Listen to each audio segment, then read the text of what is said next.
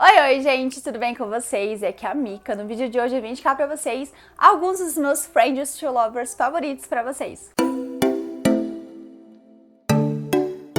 Eu confesso que eu gosto mais de Enemies to Lovers, porque eu adoro briguinho de cão e gato, eu gosto muito quando os personagens sempre estão tentando ir contra o outro, mas eu também me encanto muito quando a história é de amizade, quando a gente consegue visualizar o romance crescendo aos poucos e se transformando cada vez mais. Então eu trouxe aqui pra vocês algumas recomendações de livros que eu amo nessa temática, livros que eu sempre penso quando me perguntam sobre Friends to Lovers, e eu espero muito que vocês gostem das recomendações, e se você curte o vídeo assim, deixa aí o seu like, não esquece de se inscrever no canal, e bora lá, porque tem muita indicação babadeira hoje. Eu sempre gosto de trazer pra vocês livros um pouco conhecidos, livros menos conhecidos, pra que vocês também possam conhecer autores e narrativas diferentes, tá? Então, alguns deles vão estar disponíveis no Kindle Unlimited e outros não. E aí vocês escolhem quais vocês gostariam de ler, quais vocês gostariam de colocar no carrinho de compras. Todos que eu vou indicar pra vocês são muito, muito bons. Inclusive, tem resenha de todos lá no blog, se vocês tiverem interesse em conferir também. Vou deixar linkado aqui na descrição. Bora começar então com A Louca Problemática do Nosso Destino, da Helena Vieira. Ela é uma amiga minha, blogueira de muito, muito tempo. Acho que eu conheço ela desde 2017. E ela tem alguns livros lançados. Já fiz recomendações de outros livros dela, tá? Mas esse livro aqui, gente, foi o primeiro livro que eu li dessa autora.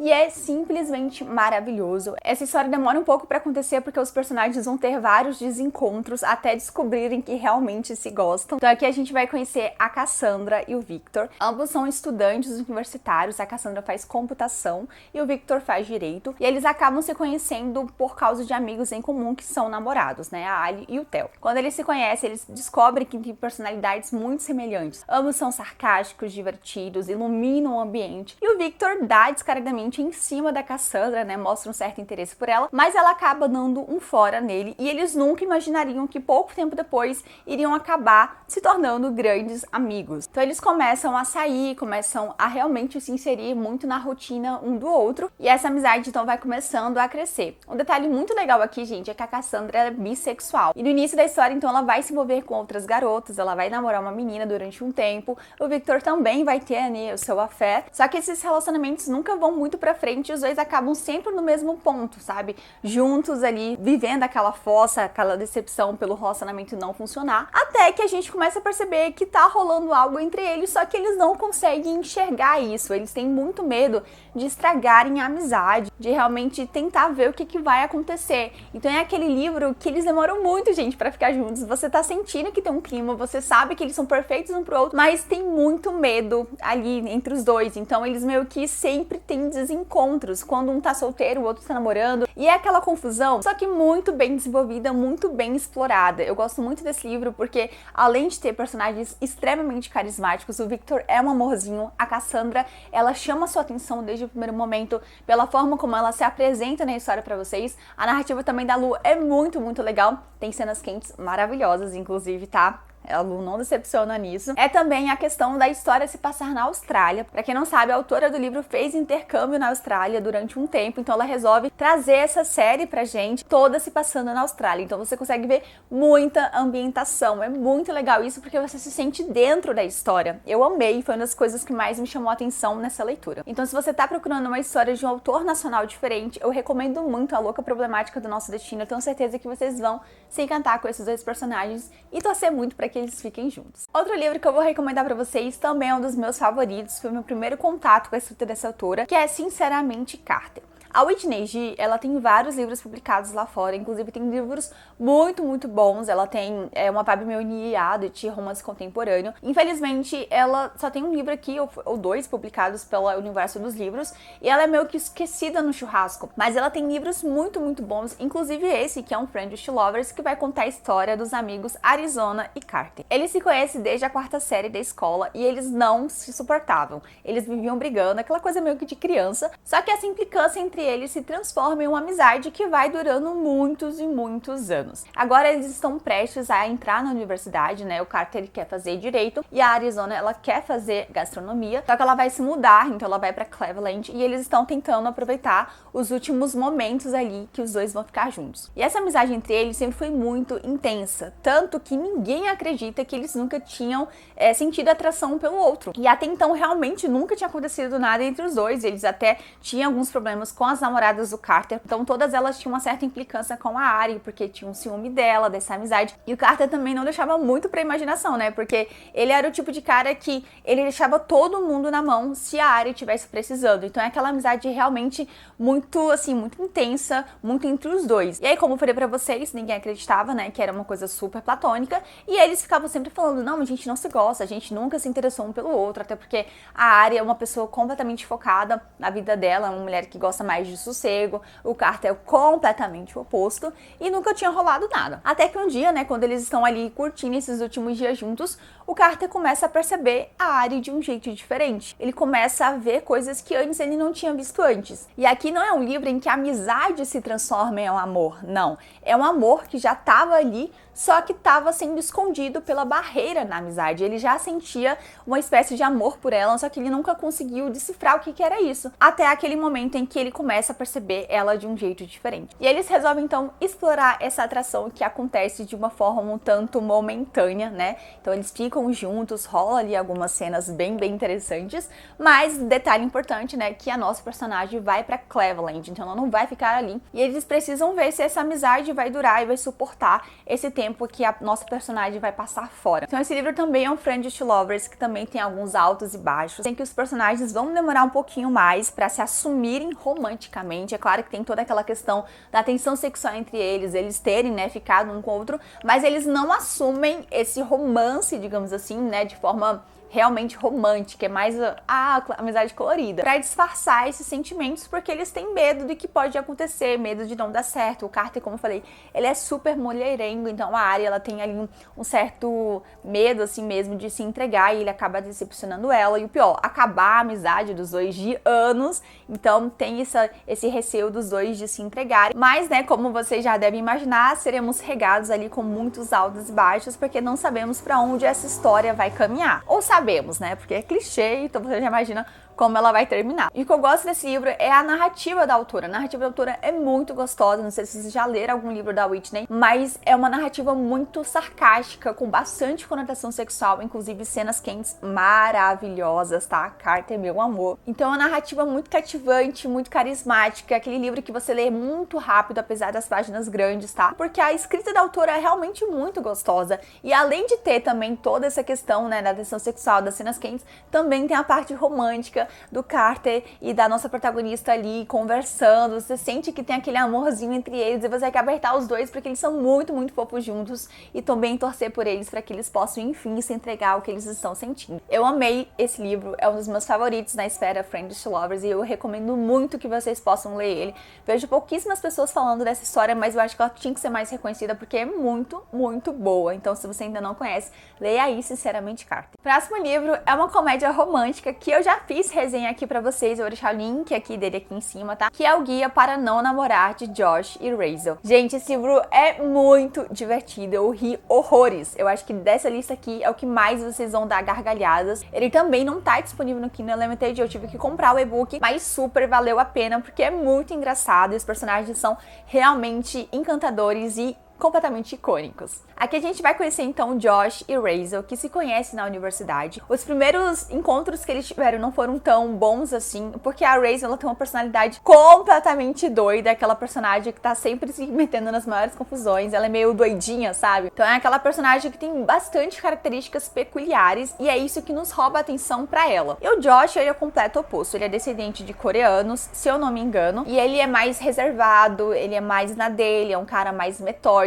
e a Rachel é o completo oposto. Então eles meio que se complementam nessa história de personalidade. Então quando eles se conhecem pela primeira vez, o Josh não tem uma boa impressão da Rachel, ele acha ela estranha, mas vida que segue, o tempo passa e assim 10 anos se foram. E eles acabam se reencontrando quando descobrem que a irmã do Josh é a melhor amiga da Rachel. Sim, gente, o mundo é muito pequeno. E ela vê ali esse reencontro como uma oportunidade de se tornar amiga dele, né? Porque ela tinha um certo interesse nele, mas como esses primeiros encontros foram bem constrangedores pra Rachel, ela sabe que as chances dela ficar com ele, né, de ter algo romântico com ele ou sexual, não são muito boas, já que todos os encontros que eles tiveram no passado foram bem constrangedores pra Rachel e também para o Josh. Então ela meio que fala, tudo bem, já que ele sabe que eu não vou ficar com ele, vamos então tentar ser amigos. E ela basicamente se insere na vida dele. O Josh não tá muito afim, mas acaba relutando e aceitando a Rachel ali mudar completamente a vida dele e a dinâmica que os dois têm. Então eles começam a fazer um monte de coisa juntos, começam a sair em encontros duplos, sério, tipo, eles viram super, super melhores amigos. Ela meio que até esquece um pouco a melhor amiga dela, que é a irmã dele, pra ficar com ele. Só que meio a isso, né, gente, como eu falei pra vocês, eles começam a perceber coisas diferentes um no outro. Desde o primeiro momento, a gente sabe que a Rachel tinha uma quedinha pelo Josh, ela via ele como um cara super inacessível, super lindo, inteligente, só que ele nunca tinha enxergado ela dessa forma. Só que à medida que o tempo vai correndo, mas eles começam a perceber o quanto se inseriram na vida um do outro e quanto não estar com aquela pessoa faz falta pra eles. Então, quando eles são em encontros ali com outras pessoas, eles começam a perceber, nossa, como seria legal se o Josh estivesse aqui, ou nossa, como seria diferente se a Rachel estivesse aqui nesse momento. Então, eles começam a perceber que essa amizade vai muito além dessa amizade, mas eles têm medo, né, como eu falei, como qualquer livro de Friends to Lovers, de mudar a dinâmica que eles têm um com o outro. Só que, né, gente, a linha entre a amizade e a atração fica um pouco difusa e eles acabam tendo uma noite regada a muita bebida, e eles acabam, então, transando. E isso se repete algumas outras vezes, e isso vai nublando um pouco mais ainda essa linha de amizade. E eles agora não sabem mais o que eles são um do outro, se eles são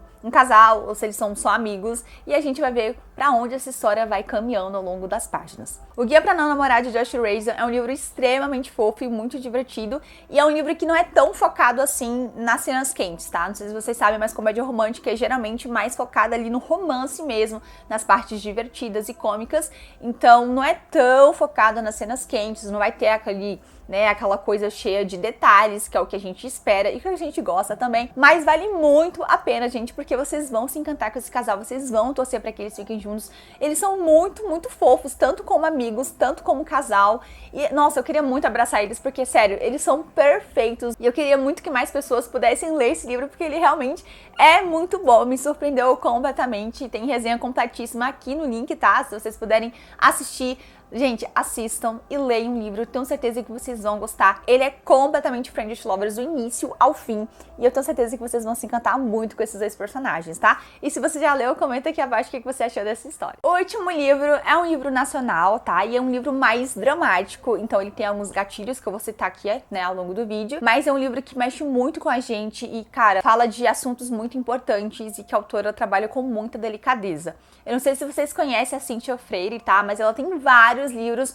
muito, muito recomendados, emocionantes. Eu só li esse livro dela, infelizmente, mas é muito, muito bom, que é 1 Milhão de Promessas. Aqui a gente vai conhecer o trio de amigos, Thales, Ayla e Duda. Eles se conhecem desde pequenos, eles estudam na mesma escola, moram, né, no mesmo bairro. Só que a Ayla e o Thales, eles têm uma conexão um pouco mais especial, um tanto quanto intensa. Eles têm aquela cumplicidade, sabe? Do outro sempre saber o que tá se passando na vida do outro, deles não precisarem falar, porque eles já sabem aquilo que o outro vai dizer. Então é uma relação um tanto mais intensa, e desde então já rola uma certa faísca entre os dois. Eles estão naquela fase da adolescência em que eles não sabem se eles gostam um do outro como amigos ou se gostam deles de uma forma diferente, e eles vão tentar descobrir isso ao longo da história. Mas se estamos falando de Cynthia Freire, não seria tão simples assim, né? O Thales, gente, o nosso protagonista, ele tem ali alguns problemas na casa dele, ele mora com a mãe e um padrasto, e o padrasto do Thales é um cara extremamente abusivo,